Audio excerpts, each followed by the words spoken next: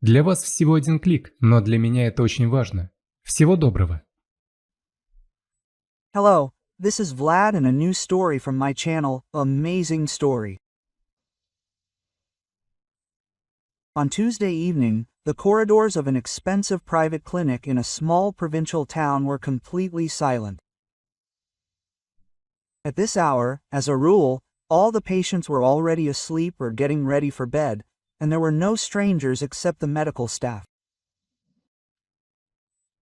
Among the patients was little Vichigorsky, whose parents were keeping vigil in the hallway, huddled on a small hospital couch. "I hope this operation helps him," Anastasia whispered. "He's only 7. I can't imagine how he'll cope with all this. It's his heart, after all, and it's so tiny." Quote. Nastia, unable to contain her emotions, pulled a handkerchief from her pocket and dabbed at her tears. "Darling, don't worry so much," her husband tried to reassure her. "We were told the operation would be performed by a top doctor with many years of experience. You see, he'll be in good hands." Quote. "What can you do with such a difficult diagnosis? And the surgery is certainly challenging, but I think you have to hope for the best. Try to get some sleep. You'll still need your strength." Vyacheslav gave her a gentle hug, then leaned back on the sofa himself, and almost immediately dozed off. But Nastia, alas, couldn't fall asleep so easily. She tried to relax, but the question kept running through her head: what did she do wrong? Where exactly did she go wrong while pregnant? Where did she neglect her health? As an economist by profession, she was used to always calculating several steps ahead. Perhaps that's why her son's illness was a shock to her. She thought she was doing everything right, following all the doctor's orders. At first, everything was fine, but at age 5, they were given a terrible diagnosis. And then began a painful battle for her son's life and health. Only this year did their turn for surgery finally come. And this was taking into account that Vyacheslav, as the director of a well-known transport company in the city, had paid extra for the services of a leading cardiac surgeon. He wasn't ready to entrust his child to just anyone, so he decided to make an unscheduled visit to a top specialist. The surgery was scheduled for the morning, so the couple decided to stay at the clinic overnight. Nastia tried to breathe deeply, trying to find a rhythm and calm herself. Slavik dozed peacefully next to her, his arms folded across his chest, as if even in his sleep he was discussing the terms of another deal. And suddenly, a soft beep sounded from her husband's breast pocket. "Oh, I forgot to set my phone to silent again," Nastia sighed, carefully pulling out her phone so as not to disturb him. A notification icon was lit on the screen. Driven by curiosity, she turned on the backlight and read the message automatically sent from the cloud storage. "One file from the archive has been restored. Want to watch it?" Without a second thought, Nastia automatically clicked the screen simply to mute the sound and scroll through the file. But the document turned out to be a short video recording, no more than 5 minutes long, so she assumed it was most likely from some corporate event or another of her husband's training sessions. However, seeing the title, Summer 2010, she involuntarily tensed. That meant the video was very old, filmed long before they met. "I wonder what this is?" Nastia whispered to herself and, glancing briefly at her sleeping husband, plugged her headphones into his phone, then pressed play. Slava was easily recognizable in the video, filmed 15 years earlier. A very young husband, in his early 20s, waved cheerfully at the camera against the backdrop of a picturesque lake. Part of the deck of a small boat, where he was apparently relaxing, was also captured in the frame. Suddenly, a beautiful, laughing girl appeared behind her, very young, no more than 30. Flicking her long braid, she started making funny faces in the frame, and then she started glaring at Vyacheslav. "Come on, take more pictures of us," the girl exclaimed. "Otherwise, you never know, and we hardly even have any photos together." Nastya saw her future husband's face instantly darken. "And that's exactly what you'd want, right? So that I don't have to be here anymore." The screen began to static. But judging by Vyacheslav's angry cries and the surprised voice of this mysterious Natalia, a heated argument had broken out between the young people. The next second, the camera apparently fell to the floor. Strong streaks appeared across the screen, and the sound suddenly deteriorated and became like from a barrel. However, the frame still showed Slava angrily gesturing, scolding his young companion. Then both disappeared from the frame and only their indistinct voices were heard.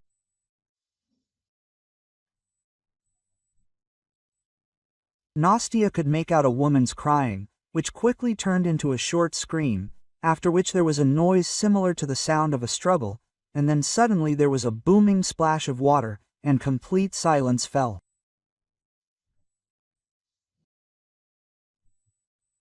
She heard the heavy breathing of her future husband, and at that point the recording abruptly ended. Nastya slowly pulled the headphones out of her ears and put them in the case. Then, slowly turning to her husband, she stared at him with a long, pain-filled, questioning gaze. It was clear the recording captured the murder of a young, innocent girl. But how could this have happened? Why would her husband want to get rid of her? What had she ever done to him, other than just make a joke? If her husband had once loved her, how could he have done this to her? And had Nastya really not known her husband at all these years? She felt a deafening, sticky silence envelop her. She continued clutching his phone and completely failed to notice her mother-in-law approaching almost silently. Lydia Mikhailovna had gone to the clinic's specialist cafeteria, located on the ground floor, to ask for hot tea. After filling her thermos, she brought it to Nastya and Vyacheslav so they could warm up and calm down. "Nastenka, what's wrong?" She gently touched her daughter-in-law's shoulder. "You look so pale, you're still glowing and something?" Quote. The young mother raised her tear-stained eyes. "No, Sveta is fine, he's sleeping now, they'll prep him for surgery tomorrow morning," Nastya said monotonously. "And what happened?" her mother-in-law persisted, looking at her with concern. Nastya took a deep breath and pointed to her husband's phone. "Well, I don't know what to think." Anastasia turned on the video Vyacheslav's mother had just watched. And when the recording ended, a stern, almost angry expression appeared on her mother-in-law's face. "Oh, I can't believe you finally found that video," she said in a voice as cold as ice. So Slava hadn't been able to delete it completely. "What, Nastya?" It seemed she heard it. But it turned out that Lydia Mikhailovna knew perfectly well what had happened. Nastya didn't have time to answer. At that moment, the attending physician appeared in the hallway. He glanced briefly at the couple, and in that look, serious anxiety was noticeable. "What happened?" Nastya rushed to the doctor, which woke her husband. He sleepily rubbed his eyes, looking worriedly first at her, then at the surgeon. "Wait a little, I need to check something," the doctor said and quickly disappeared behind the door of the room, asking them not to enter for now. When he returned, his face was genuinely confused. The test results had just come in. It turns out your son has a strong allergy to one of the medications used during the surgery. We'll need some time to find an alternative. So, are you saying the surgery won't happen tomorrow? Vyacheslav asked bluntly. No, of course it will. We just need to keep your child safe. We might have to postpone the procedures for a couple of days. The whole family returned home in complete silence. Nastya watched as the coven of headlights from passing cars illuminated her husband's face and involuntarily returned to the question of whether he could have committed murder. Lydia Mikhailovna sat in the back seat and was also silent. Lish looked closely at her daughter-in-law, wondering whether the recording she had seen would affect their relationship. The next morning, when her mother-in-law went to the store for groceries, Nastya, seizing the moment, decided to talk to her husband, pointing out the video on her phone. She asked the question point blank. "Who is this girl? She was your lover. And why did you get rid of her? And in such a terrible way too." Vyacheslav, confused by the sudden pressure, even grabbed his head, cursing himself, "Why the light is on. My God, Nastya, it was completely wrong. I didn't kill anyone. How could you even think that? I believe my eyes, and what I saw and heard on that recording." She folded her arms across her chest and said seriously, "Besides, it turns out your mother was covering for you all these years." No, my husband jumped to his feet. "Don't say what you don't know. My mother had no choice, and neither did I. We were forced to keep silent, otherwise our whole life would have gone down the drain." He assured me that he never had anything with that girl from the video. Simply because Natalia is his half-sister on his father's side. We had a fight, but what happened next was an accident. She was scared by my scream.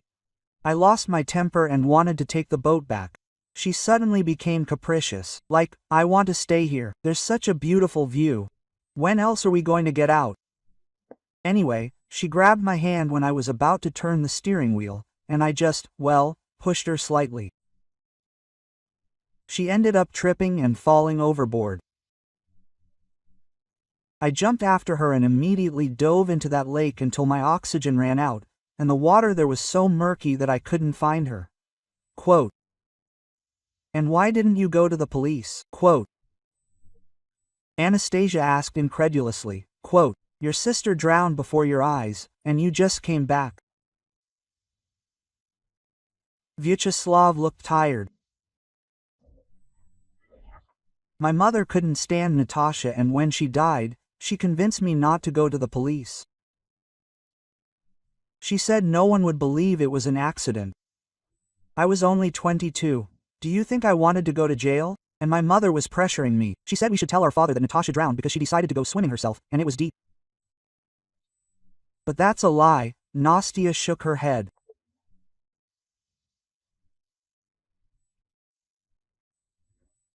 Quote, "Do you understand how terrible that is?" "Yes, I understand," my husband nodded.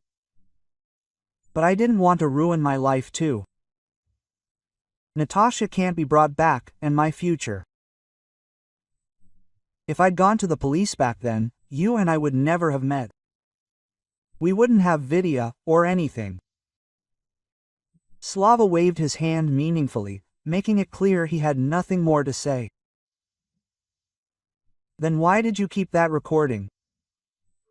My husband covered his face with his hands and groaned. That's the point, I didn't keep it. I deleted it immediately, everywhere, from the camera, from the computer, from everywhere. Who knew that a copy would automatically upload to the cloud? I don't understand why the video surfaced now. Nastia looked thoughtful. Her husband was speaking sincerely. And although the story was monstrous, it all sounded plausible. Quote, I see, she finally said. Now, first and foremost, we need to think about our son. And then we'll figure out what to do next. Nastia didn't want to rush things and give her husband a chance. After all, during their marriage, he had never given her any reason to doubt him. And this story was part of his past before. While awaiting the operation, which was scheduled to take place in a few days, Nastia decided to make inquiries about that incident at the lake. Their town was small, so even such an event would probably have been in the press, Nastia reasoned to herself. After checking several archives in the online buildings of their region, she finally found a mention of this story. It turned out that the body had never been found. The girl was still listed as missing. The police said that the body could have been carried down the river by the current, her husband said. A large water channel originates from the lake there. In the end, we buried an empty coffin. Her father understood perfectly well that there was no way Natasha could have survived in the cold water, especially at such a depth. That is, officially the body was never found, but the family quickly gave up and stopped searching. It's somehow strange, Nastia said thoughtfully, scrolling through the website page. If this had happened to my child, God forbid, I would have looked until the very end. And something told her that the influence of her authoritarian and a harsh mother-in-law. On the third day of waiting, the Gorskys received a call from the clinic. The attending physician said the drug tests had been successful, and they were now preparing their son for surgery. Quote, We'll start in half an hour, the doctor said into the phone. If you want, you can come. Quote. Nastia and Slava started getting ready for the clinic, and at that moment a strange text message from an unfamiliar number arrived on her husband's phone. Not suspecting anything, the man thought it was another advertisement. He opened the text message, and the moment his eyes ran over the letters, Vyacheslav's insides went cold. Hi, Slava. Well, are you doing well after what you did to your sister? And by the way, nothing is ever completely forgotten. You owe 10 million. Otherwise, they'll take you to prison right from the clinic where your son is now. Quote.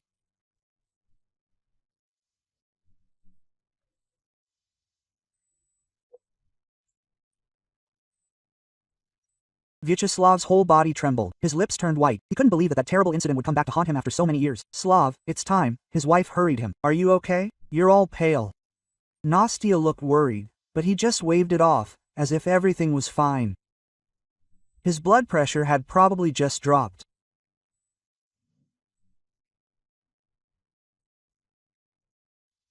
Vyacheslav knew that if he went to the police now, everything would be exposed, and then it would be unclear what fate awaited him next.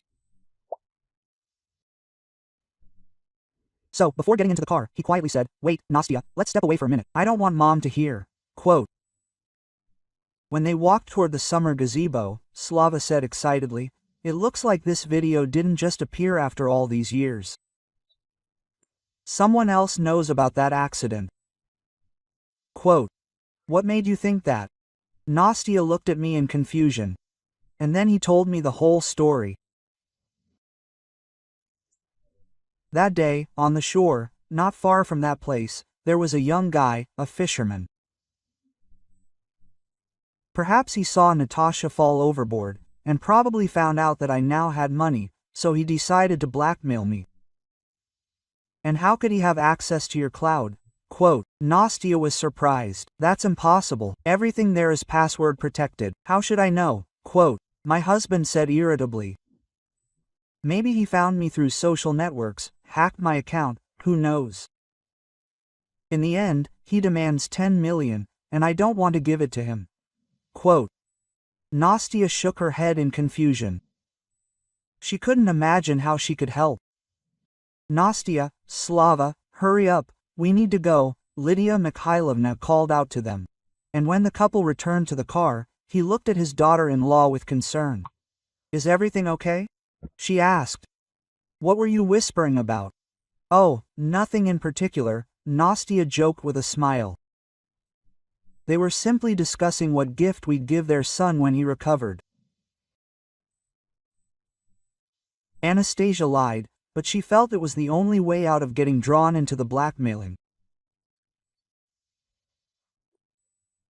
And while they were driving to the clinic, Lydia Mikhailovna wondered if her son had told his wife what had happened to Natasha. Of course, it had been a tragic accident. The girl had simply fallen overboard. However, Slava's mother, who had witnessed it all from the shore, did nothing to save her stepdaughter. She didn't even call for help. Lydia Mikhailovna shook her head sadly, remembering how much she had once hated the very young Natasha. But she had a serious reason for that. Her husband had loved Natasha's mother all his life, who had died prematurely from cancer. And his daughter, as if by a twist of fate, was the spitting image of the deceased. This made Lydia Mikhailovna feel like a second-class citizen, a replacement chosen by her husband only to avoid the grief of missing his wife.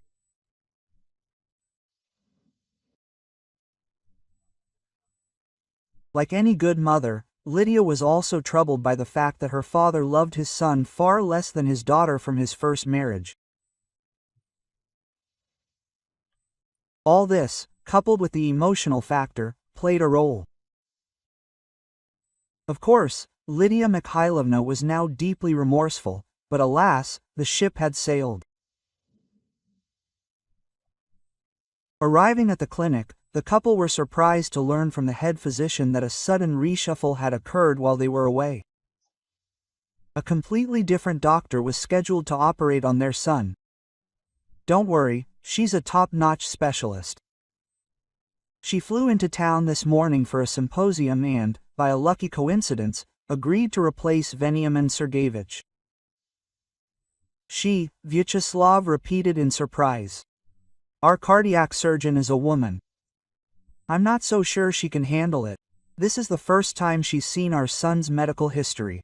Is it really possible to figure it out so quickly? The chief doctor looked at him carefully and said confidently.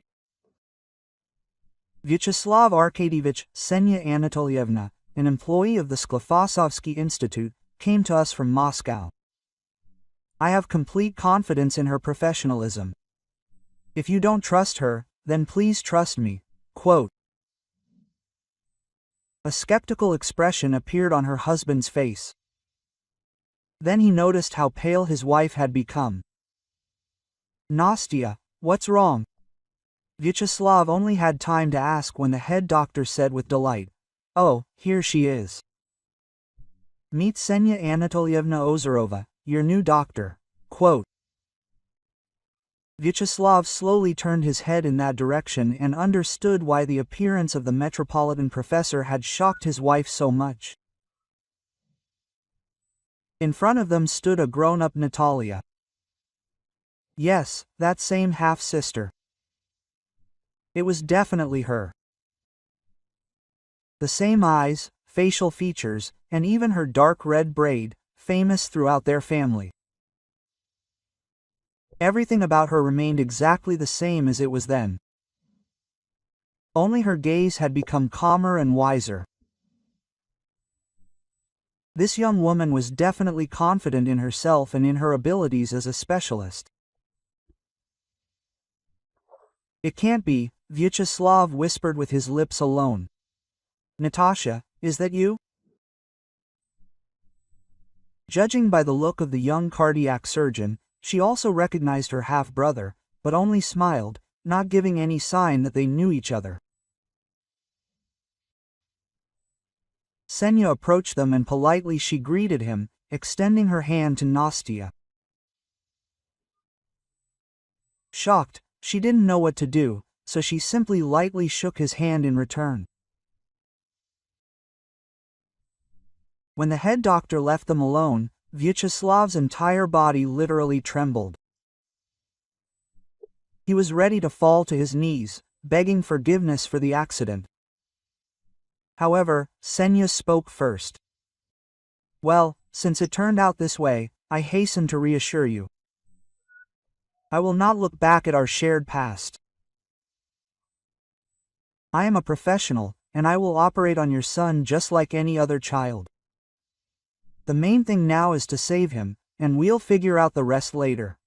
Quote. Senya nodded briefly to Nastya and wanted to leave, but Vyacheslav, unable to bear it, grabbed her hand. How is this possible? How did you survive? Quote, he asked, looking at his sister in amazement. The young cardiac surgeon freed herself from his grip and, without looking at her brother, quickly replied, "Thank you to the kind people who saved me when the current washed me ashore." There was a local old woman there, a herbalist, plying her trade. She was the one who noticed me. I was in a daze at the time, all I could remember was my name. And then, when my memories slowly began to return, I realized I didn't want to live in a family that was desperate to get rid of me. Natalia told me that as soon as she was well enough, she quietly moved to the city. And to avoid any questions, she took a different name, told everyone she was an orphan, and completely severed ties with her past life and former friends. She started over, worked part-time, entered medical school. Afterwards, she graduated with honors, and built a brilliant career. So, everything is fine with me. You don't have to worry, Natalia said with a bitter smile.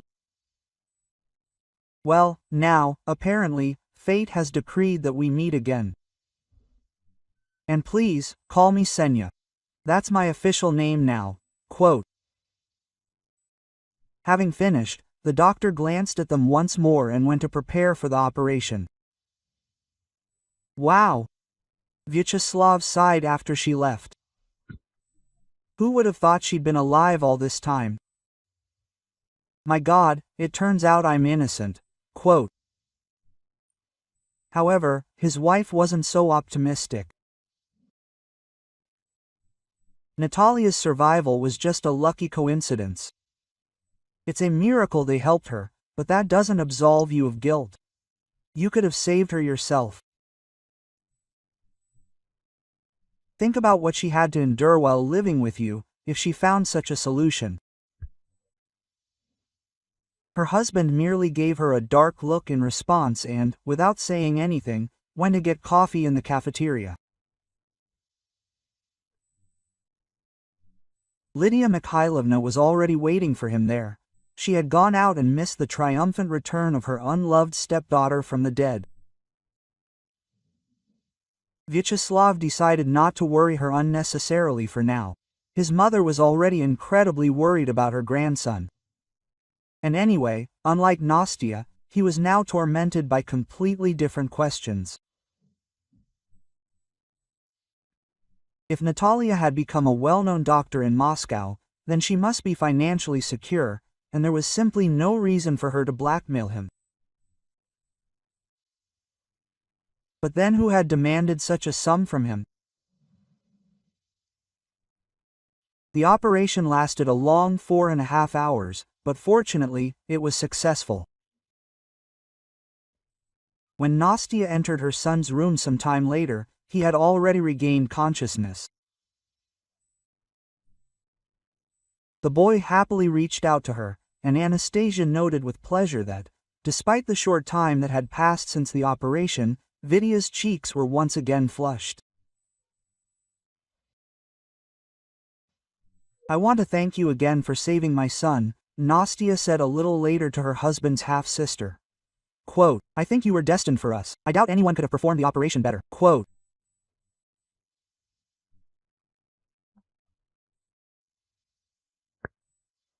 Senya gave her a kind smile and said softly, "Well, it's still too early to talk about discharge. We need to do some more testing. Well, and also just to observe the condition. But if everything goes well in the next few days, we'll talk about letting the boy go home." Quote. The women talked for a while longer, after which Senya suddenly warned her. "Listen, I know this will sound strange, but you have to be careful with your husband.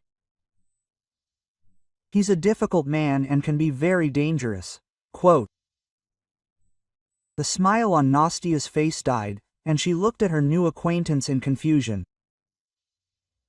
"What do you mean?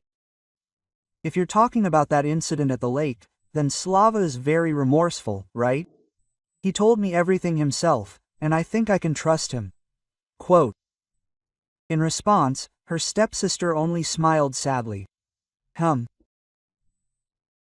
can see that you're a good person if you're willing to trust him with everything. And to be honest, I've forgiven him myself." Quote. But the woman sighed deeply. "But I'm sure Slava didn't push me at the lake for no reason.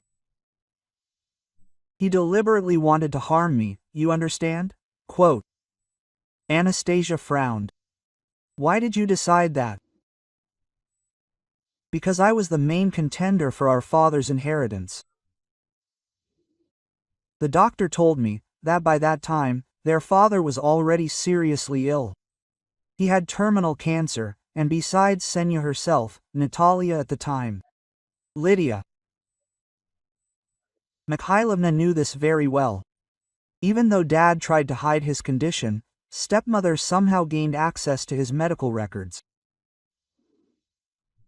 Naturally, she told her son everything." Senya shrugged. "I doubt she wanted me to inherit her husband's entire fortune. I even once heard her and Slava whispering about it in the summer garden. According to the surgeon, she wasn't sure her mother-in-law had directly given such an order, but the accident came at a perfect time." "So, you think it was because of the inheritance?" Anastasia tried to comprehend what she'd heard. However, Senya merely shook her head. "No, I stumbled myself, that's a fact. Slava simply pushed me, perhaps in a fit of anger, but I don't remember much of what happened next. But that doesn't mean they weren't planning on getting rid of me later." "You know, that's a serious accusation," Nastya's husband defended herself. "Slava said he tried to save you, but the waters were murky, and he lost sight of you almost immediately." Senya merely shrugged. Quote, "I'm not asserting anything, I'm merely sharing my thoughts." Nastya's impressions of this conversation were highly conflicting. On the one hand, her sister had every right to suspect, but she herself didn't want to believe that her husband could be a cold-blooded killer.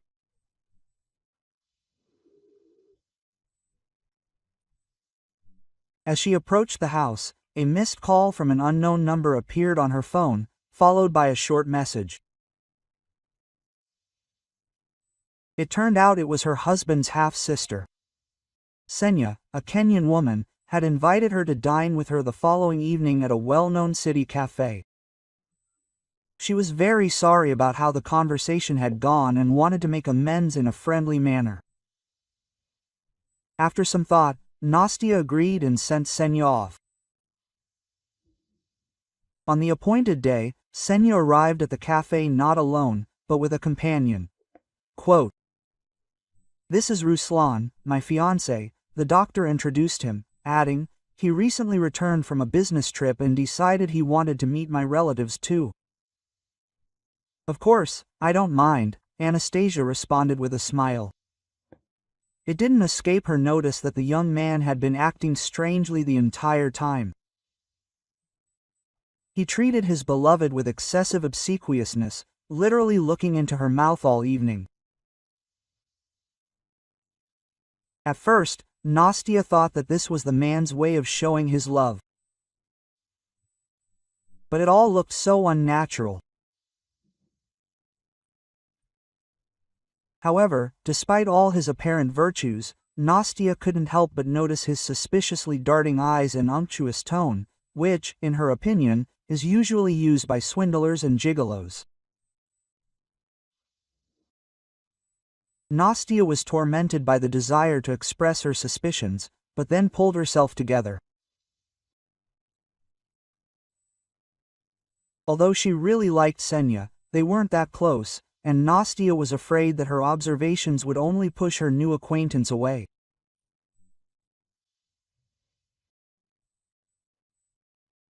The more they talked, the more Anastasia became convinced that her husband shouldn't have behaved that way with his sister back then at the lake. And maybe perhaps he really hadn't done everything possible to save her.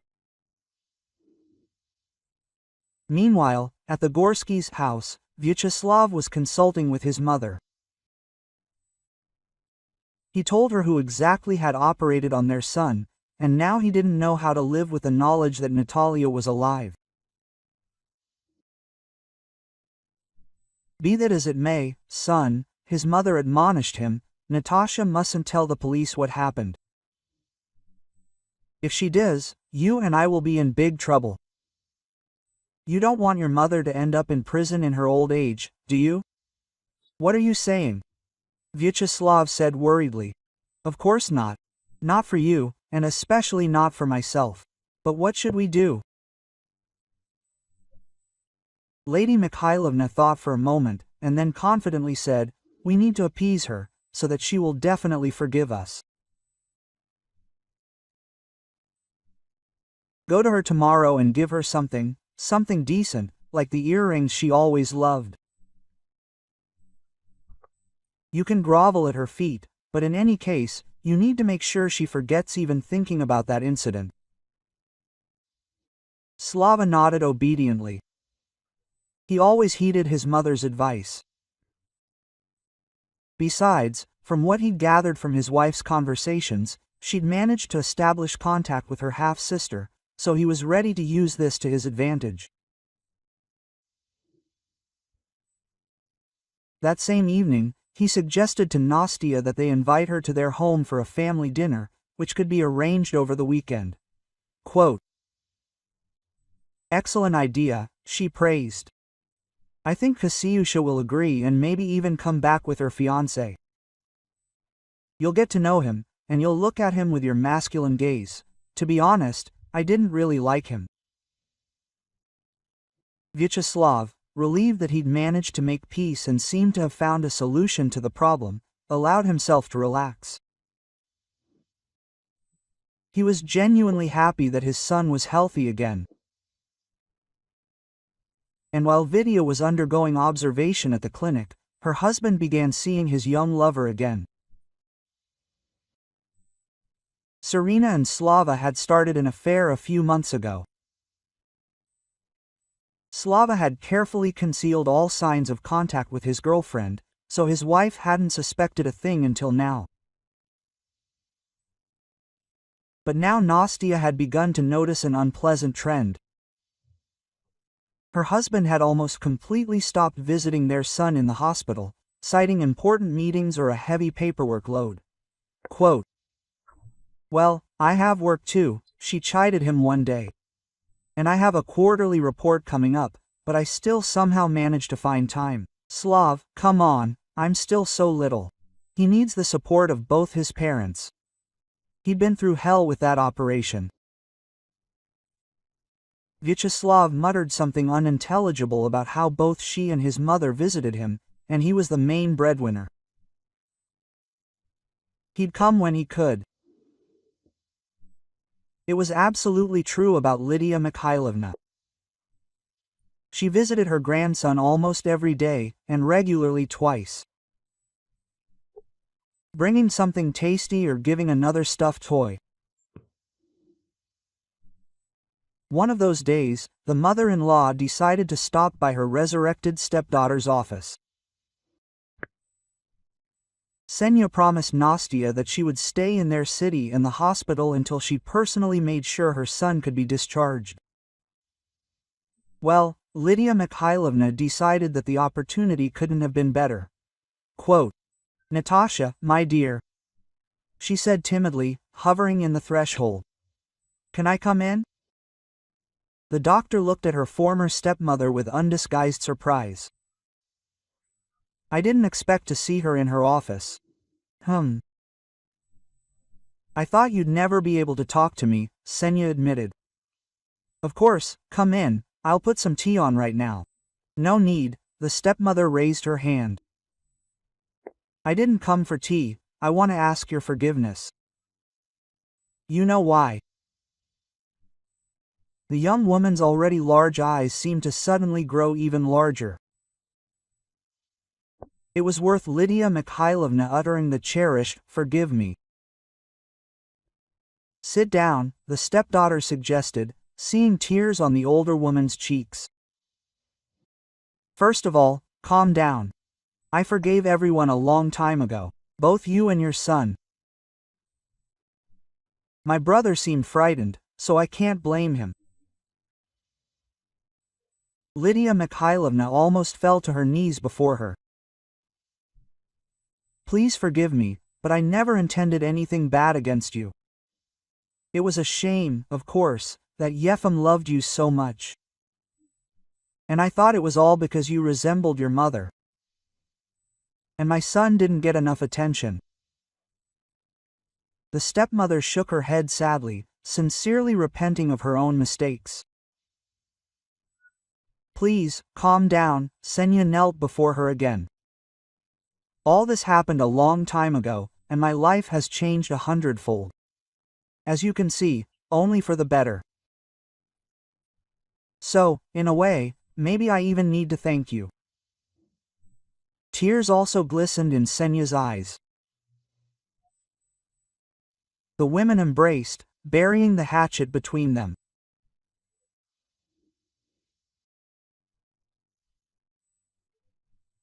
Vyacheslav's final and biggest problem was the mysterious blackmailer, who had been sending provocative messages all week.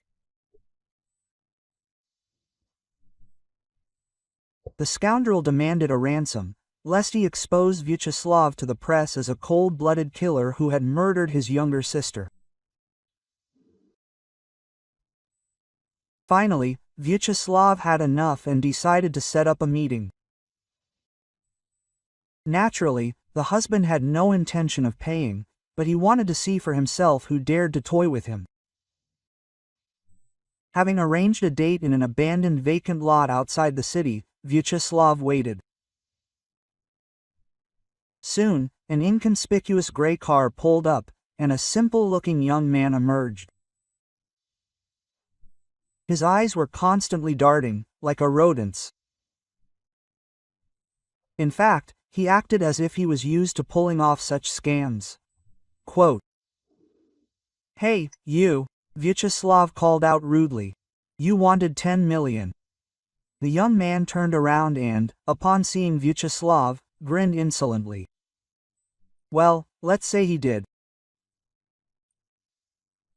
Vyacheslav realized that greed was the man's dominant emotion, so it wasn't difficult for him to exploit it. "Well, I have a choice. Go ahead, I'll get the money from the trunk." Vyacheslav pretended to search for a bag of cash in the trunk of his SUV.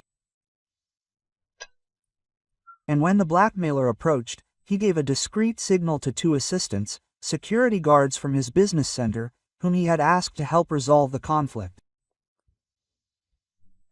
The two scoundrels worked surprisingly quickly. As soon as the extortionist approached, they jumped out of the car, wrestled the scoundrel to the ground, and then began beating him. Quote, "What, you like that?" Slava said sarcastically, watching the blackmailer writhe under the continued blows. This will teach you a lesson never to mess with Vyacheslav Gorsky, much less threaten him.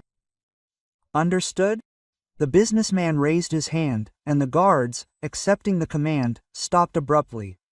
Quote, "That's enough," he said quietly. "Let him lie there, cool off, and think about it at his leisure. Why bother serious people with all this nonsense? Listen, if you tell anyone about what happened here, you'll never see the sunrise again. Got it?" The man merely whined pitifully, "Yes." And then Vyacheslav and his assistants drove off in their huge car, and the young extortionist, crawling with difficulty into the roadside bushes, quietly hissed, "Well, we'll see, you bastard, who'll have the last laugh."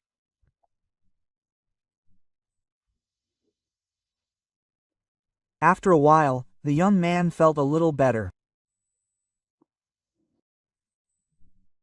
He was able to reach his car and drove straight to the nearest police station. The blackmailer's statement was taken, the assault was documented, and they advised him to go to the emergency room. That same day, Vyacheslav was called to the office in the middle of the workday.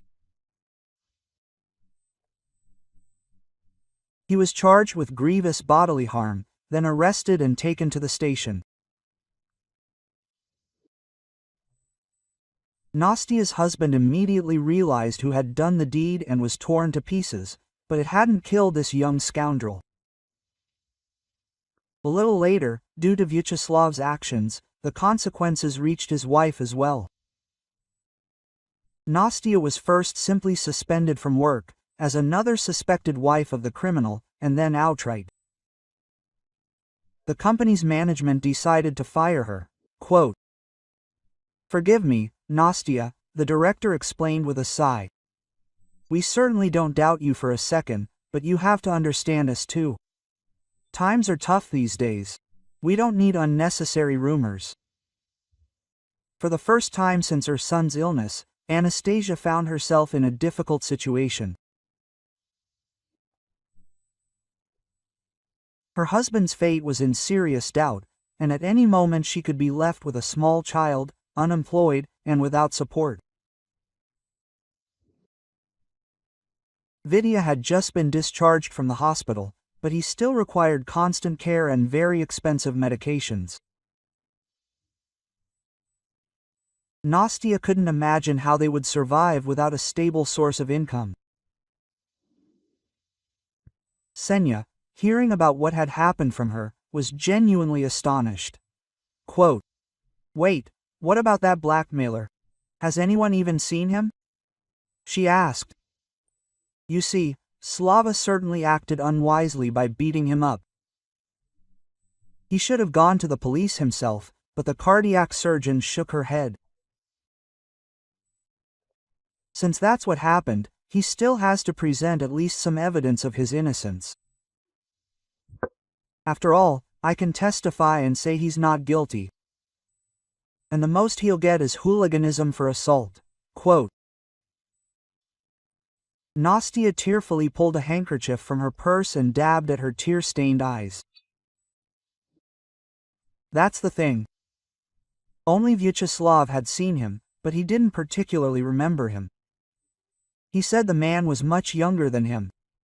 Maybe around 30, maybe even younger.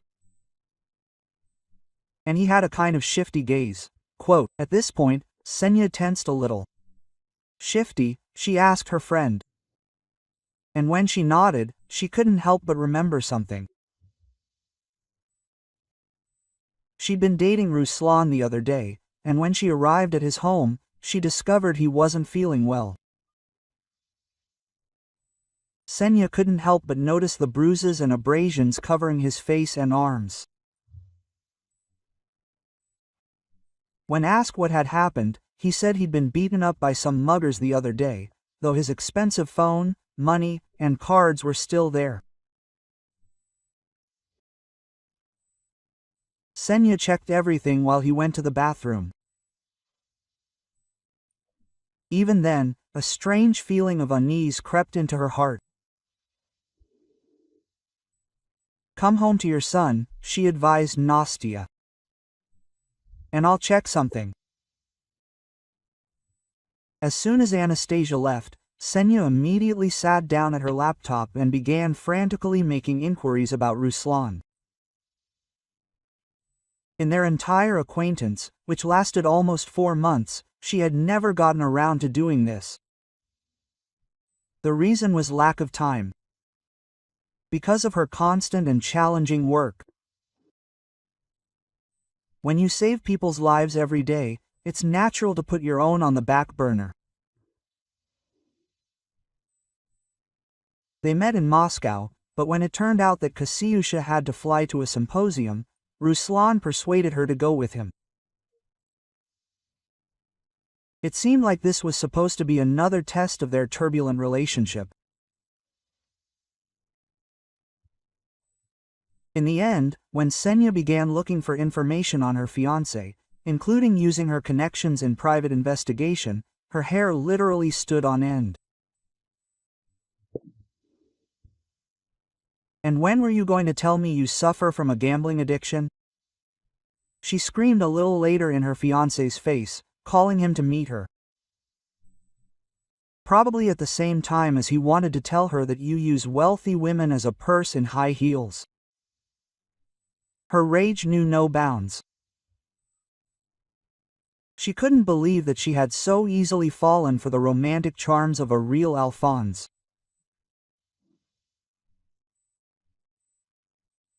It turned out that Ruslan had been quietly engaging in petty blackmail for several years and hanging out in underground clubs, losing all his dishonestly earned money on gambling. Quote, "You were the only one I trusted," Senya said, almost in tears. "Who did I tell about what happened at the lake? And you decided to take advantage of it like this, to blackmail your brother?"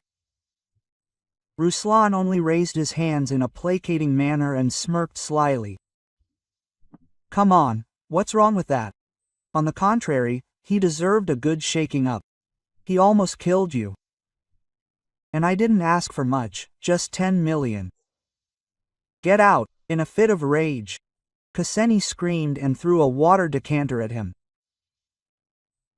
Luckily, she missed him, and it shattered with a clang against the wall. Ruslan quickly retreated, and Kseni went to the police, where she withdrew her now ex-fiancé's complaint.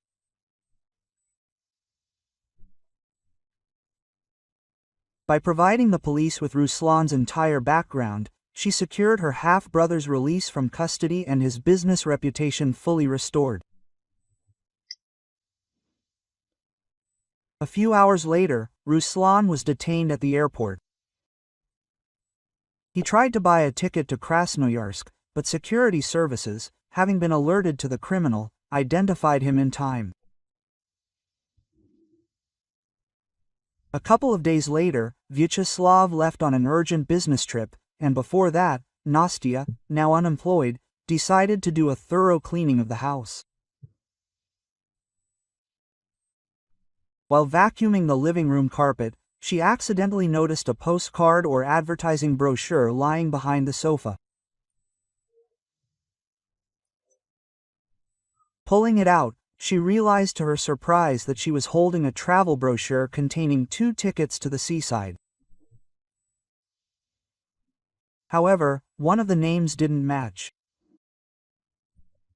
The first ticket was registered to her husband, but the second to a certain Irina Kondratieva. Shocked, Nastia realized her husband must have had an affair. And it was with her, not his family, that he wanted to go to the seaside. He had recently mentioned going on a business trip, but didn't yet know when he would return. Quote, "I'll call," he promised her. But now Nastya understood that this was simply an escape from her and her son. On the appointed day, Anastasia went to the station. She had to gather all her strength not to break off prematurely and cause a scandal. And soon she saw Vyacheslav, holding a suitcase with one hand and hugging a slender blonde in a long, flowing sundress with the other. Quote, "Well, darling?" Nastya said, causing her husband, pale with amazement, to turn around, wishing him a good rest and happiness. "Well, of course, with such a beauty, Masik, who is this?" The mistress squeaked discontentedly, but Slava didn't respond. He looked at his wife silently. There was no point in denying it. Anastasia continued to smile calmly and with dignity. "I just want you to know. I don't forgive traitors. We're getting a divorce." Quote. Vyacheslav tried to object, but in response, Nastya only added, "You know, my sister was right about you. You really are ready to set up anyone. It's a shame I once loved you and turned a blind eye to everything for so many years." Quote, "A difficult divorce lay ahead. Vyacheslav was going to take everything from her. Literally everything. Just to prove to his ex-wife that he had the final say." Nastya managed to find a young and talented lawyer to help. He was an excellent specialist, but he had one problem. When nervous, the young man began to stutter loudly, which negatively affected his performance in court.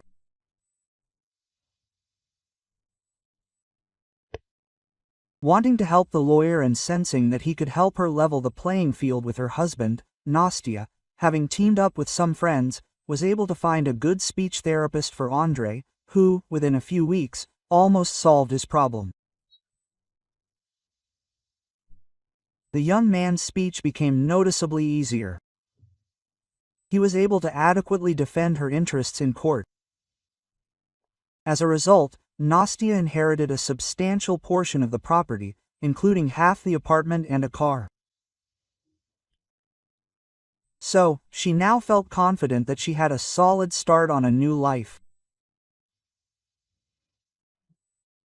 Soon, Nastya found a new job at a company that paid no less than her previous position.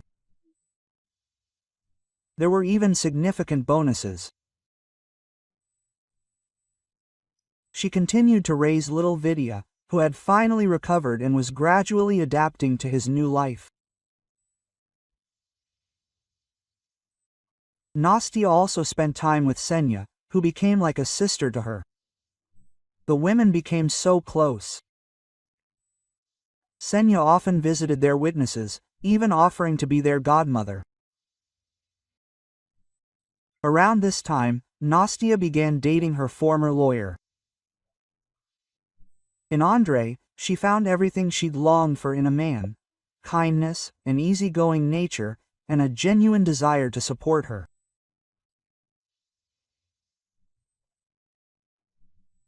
The young couple began to consider moving in together and even planning a future wedding.